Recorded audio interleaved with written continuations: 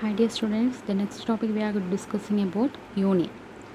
അപ്പോൾ നമ്മൾ എല്ലാവരും സ്ട്രക്ചർ എന്താണെന്ന് പഠിച്ചു. എന്താണ് structure? Structure means it's a user defined data type. യൂസറായിട്ട് ഡിഫൈൻ ചെയ്യുന്ന ഒരു ഡേറ്റ ടൈപ്പാണ് സ്ട്രക്ചർ. അപ്പോൾ ഈ സ്ട്രക്ചറിനകത്ത് നമുക്ക് പല ടൈപ്പിലുള്ള ഡേറ്റാസിനെ കമ്പൈൻ ചെയ്യാം. ദെൻ അതിന് നമുക്ക് ഡിഫറെൻറ്റ് പർപ്പസിന് വേണ്ടിയിട്ട് യൂസ് ചെയ്യാം. അതേ സെയിം ഫങ്ഷനിങ് ഉള്ള ഒരു യൂസർ ഡിഫൈൻഡ് ഡേറ്റ ടൈപ്പാണ് യൂണിയൻ. ഡിഫറൻസ് ചില കാര്യങ്ങൾ മാത്രമേ ഉള്ളൂ, ലേറ്ററിൽ നമ്മൾ ഡിസ്കസ് ചെയ്യും. Okay, the union is also a user defined type which is similar to structure in C programming. അപ്പം നമ്മൾ സ്ട്രക്ചറിനെ ഡിഫൈൻ ചെയ്തപ്പോൾ എങ്ങനെയായിരുന്നു? ഇപ്പോൾ എംപ്ലോയി എന്ന് പറയുന്ന ഒരു സ്ട്രക്ചർ ആണെങ്കിൽ നമ്മളവിടെ യൂസ് ചെയ്യുന്ന കീവേഡ് സ്ട്രക്റ്റ് എന്നായിരുന്നു. Struct employee. ഇപ്പം ഞാൻ EMP എന്ന് മാത്രമേ എഴുതുന്നുള്ളൂ.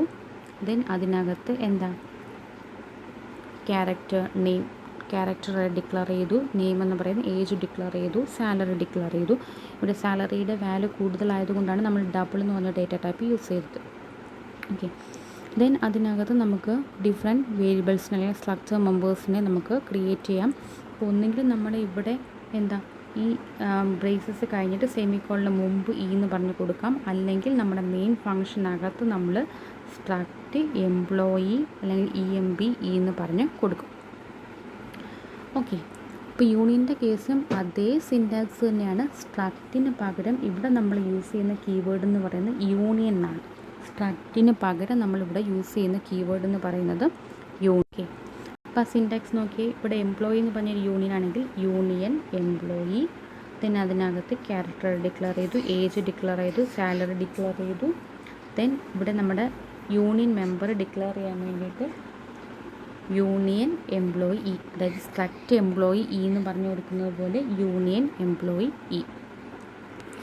ദെൻ നമുക്ക് യൂണിവേഴ്സിറ്റി സ്ഥിരമായിട്ട് ചോദിക്കുന്ന ഒരു ക്വസ്റ്റ്യനാണ് what is the difference between structure and union. Okay, what is the difference between structure and union? First difference എന്ന് പറയുന്നത് എന്താ? In the case of structure V are using the keyword struct. In the case of union we are using the keyword union. സ്ട്രക്റ്റിൻ്റെ കേസിൽ struct എന്ന് use ചെയ്യും, യൂണിയൻ്റെ കേസിൽ union എന്ന് പറഞ്ഞ് യൂസ് ചെയ്യും. നമ്മുടെ സ്ട്രക്ചറിൽ ചെയ്യുന്ന പ്രോഗ്രാംസിൻ്റെ അതേ സിൻറ്റാക്സ് തന്നെയാണ്. സ്ട്രക്ചറിന് പകരം യൂണിയന് മാത്രം കൊടുത്താൽ മതി.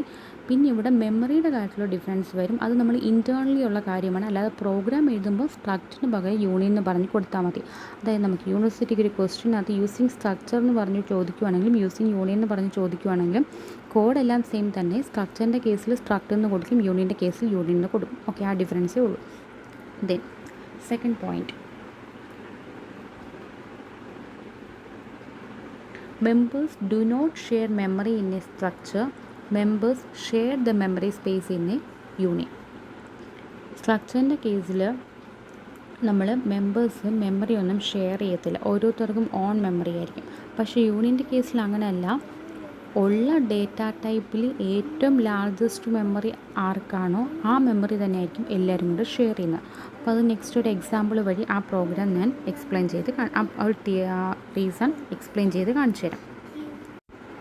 The next is any member can be retrieved at any time in structure, but in the case of union only one member can be accessed at a time.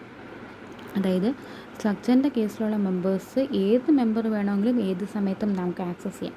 പക്ഷേ യൂണിയൻ്റെ കേസിലാണെന്നുണ്ടെങ്കിൽ ഒരൊറ്റ മെമ്പർ മാത്രമേ ഒരു പർട്ടിക്കുലർ ടൈമിൽ, ദാറ്റ് മീൻസ് ഒരു particular ടൈമിൽ ഏത് മെമ്പറിനെ മാത്രമേ നമുക്ക് ആക്സസ് ചെയ്യാൻ പറ്റൂ, ആ മെമ്പർ മാത്രമേ പറ്റൂ. പക്ഷേ യൂണിയൻ്റെ കേസിൽ, സ്ട്രക്ചറിൻ്റെ കേസിൽ അങ്ങനെയല്ല, റാൻഡമായിട്ട് ഏത് മെമ്പർ വേണമെങ്കിലും ഏത് സമയത്ത് വേണമെങ്കിലും ആക്സസ് ചെയ്യാം. Then fourth point, several members of a structure can be initialized at one, but in the case of union only first member can be initialized. സ്ട്രക്ചറിൻ്റെ കേസിലാണെങ്കിൽ ഒരുപാട് മെമ്പേഴ്സ് നമുക്ക് ഒരു സമയത്ത് ഇനിഷ്യലൈസ് ചെയ്യാൻ പറ്റും. യൂണിയൻ്റെ കേസിൽ അങ്ങനെ പറ്റത്തില്ല. ഒരു സമയത്ത് ഒരു മെമ്പറിനെ അല്ലെങ്കിൽ ഫസ്റ്റ് മെമ്പറിനെ ആയിരിക്കും ആദ്യം നമ്മൾ ഇനിഷ്യലൈസ് ചെയ്യുന്നത്, ദെൻ സെക്കൻഡ് മെമ്പറിനെ ഇനിഷ്യലൈസ് ചെയ്യുക, അങ്ങനെ ആയിരിക്കും. പക്ഷേ സ്ട്രക്ചറിൻ്റെ കേസിൽ നമുക്ക് എല്ലാ മെമ്പേഴ്സിനും ഒരേ സമയത്ത് തന്നെ ഇനിഷ്യലൈസ് ചെയ്യാനായിട്ട് പറ്റും. Then last point and it's important point is in the case of structure the size of the structure is equal to the sum of size of each member. അതായത് നമുക്ക് എത്ര മെമ്പേഴ്സ് ഉണ്ടോ ആ മെമ്പേഴ്സിൻ്റെ എല്ലാം സൈസിൻ്റെ എന്തായിരിക്കും, സൈസിൻ്റെ ഓവറാൾ സൈസ് ആയിരിക്കും നമ്മുടെ ഒരു സ്ട്രക്ചറിൻ്റെ സൈസായിട്ട് എടുക്കുന്നത്.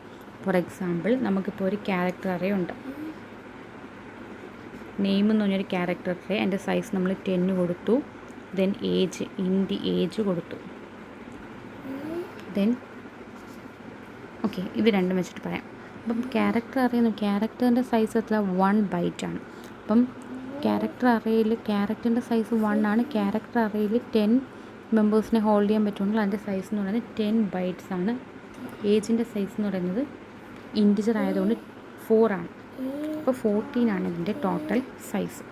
അപ്പോൾ സ്ട്രക്ചറിൻ്റെ ഓരോ മെമ്പറിൻ്റെയും സൈസ് എന്ന് പറയുന്നത്, അല്ലെങ്കിൽ ഓരോ സൈസിൻ്റെ ഓരോ ഒബ്ജക്റ്റ് നമ്മളിപ്പം ഇപ്പോൾ സ്റ്റുഡൻ്റ് ആണെങ്കിൽ S1, S2 എന്നൊക്കെ പറഞ്ഞ് ഗ്രേഡില്ല. അപ്പോൾ ഓരോ S1ൻ്റെയും S2ൻ്റെയും സൈസ് എന്ന് പറയുന്നത് എന്ത് തന്നെയായിരിക്കും, equal to the sum of the size of each member. അതായത് ഈ ഓരോരുത്തരുടെയും സൈസിൻ്റെ സമ്മായിരിക്കും. അതായത് 10 + 4 14 ആയിരിക്കും.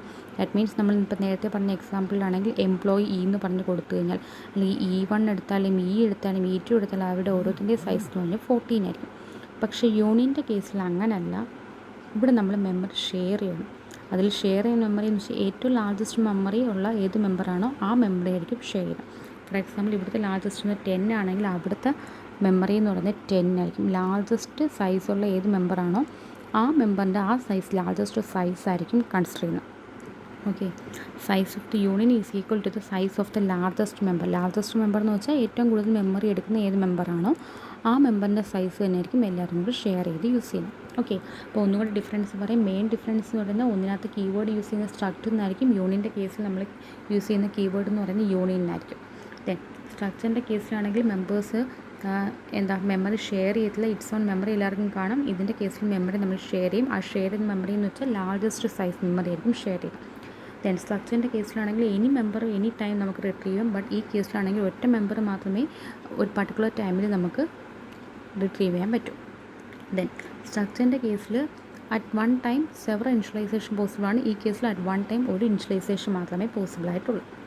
ദെൻ സ്ട്രക്ചറിൻ്റെ കേസിൽ സൈസ് എന്ന് പറയുന്നത് ആ എല്ലാ മെമ്പേഴ്സിൻ്റെയും കൂടെ അല്ലെങ്കിൽ എല്ലാ മെമ്മറിയുടെയും കൂടെ സം ആയിരിക്കും. യൂണിയൻ്റെ കേസിലാണെന്നുണ്ടെങ്കിൽ നമ്മൾ സൈസ് നമ്മൾ പ്രെഡിക്റ്റ് ചെയ്യുന്നത് ലാർജസ്റ്റ് സൈസ് ആയിരിക്കും പ്രെഡിക്റ്റ് ചെയ്യുന്നത്. Okay, so consider the example.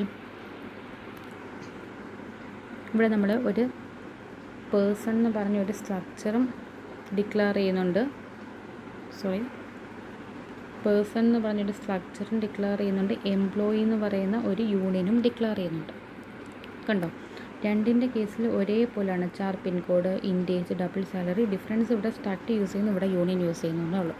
ഇനി ഇതിൻ്റെ സ്ട്രക്ചറിൻ്റെ ഒബ്ജക്റ്റ് അല്ലെങ്കിൽ സ്ട്രക്ചർ വേരിയബിൾ അല്ലെങ്കിൽ യൂണിയൻ വേരിയബിൾ ഇൻസൈഡ് വോയിഡ് മെയിനകത്ത് ഇൻസൈഡ് ക്രിയേറ്റ് ഇപ്പോൾ struct person P, then union employee E create ചെയ്തു. ഇനി നമ്മൾ ജസ്റ്റ് ഇവിടെ സൈസ് ഓഫ് ദ Pയും സൈസ് ഓഫ് ദ E, അതായത് ഈ സ്ട്രക്ചറിൻ്റെ സൈസും സ്ട്രക്ചർ മെമ്പറിൻ്റെ സൈസും യൂണിയൻ മെമ്പറിൻ്റെ സ്ട്രക്ചർ വേരിയബിൾ Pയുടെ സൈസും യൂണിയൻ വേരിയബിൾ Pയുടെ സൈസും മാത്രമേ നമ്മളിവിടെ പ്രെഡിക്റ്റ് ചെയ്യുന്നുള്ളൂ അല്ലെങ്കിൽ ഡിസ്പ്ലേ ചെയ്യുന്നുള്ളൂ. അപ്പോൾ നേരത്തെ നമ്മൾ പറഞ്ഞു സ്ട്രക്ചറിൻ്റെ കേസിലെ സൈസ് എന്ന് പറയുമ്പോൾ എന്തിന് ഈക്വലൻ്റ് ആയിരിക്കും, എല്ലാത്തിൻ്റെയും കൂടെ സം ആയിരിക്കും. ഇപ്പോൾ ഇവിടെ നമ്മളൊരു പിൻകോഡ് എന്ന് പറഞ്ഞൊരു ക്യാരക്ടർ അവിടെ ഡിക്ലെയർ ചെയ്തിട്ടുണ്ട്.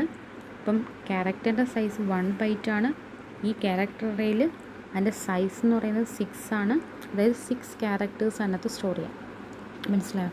ക്യാരക്ടർ അറേ എന്ന് പറഞ്ഞു കഴിഞ്ഞാൽ അതിനകത്ത് കുറേ ക്യാരക്ടേഴ്സ് കാണും. ഒരു ക്യാരക്ടറിൻ്റെ സൈസ് 1 ബൈറ്റാണ്. അപ്പോൾ ഇവിടെ 6 ക്യാരക്ടേഴ്സ് പറ്റും. അപ്പോൾ 6 ബൈറ്റ്സ്.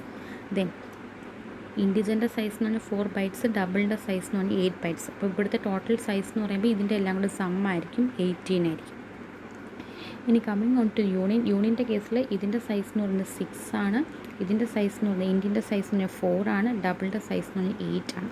അപ്പോൾ ഈ കേസിൽ നമ്മൾ മെമ്മറി ഷെയർ ചെയ്യുവാണ്. ആ ലാർജസ്റ്റ് മെമ്മറി ആയിട്ട് ഷെയർ ചെയ്യുന്നത് 8 ആയി. സോ ഔട്ട്പുട്ട് ചെക്ക് ചെയ്ത് size of the structure person equal to 18 and the size of union employee equal to 8. ഇതാണ് അപ്പോൾ ഇതിൻ്റെ മെയിൻ ഡിഫറൻസ് എന്ന് പറയുന്നത്. ഓക്കെ.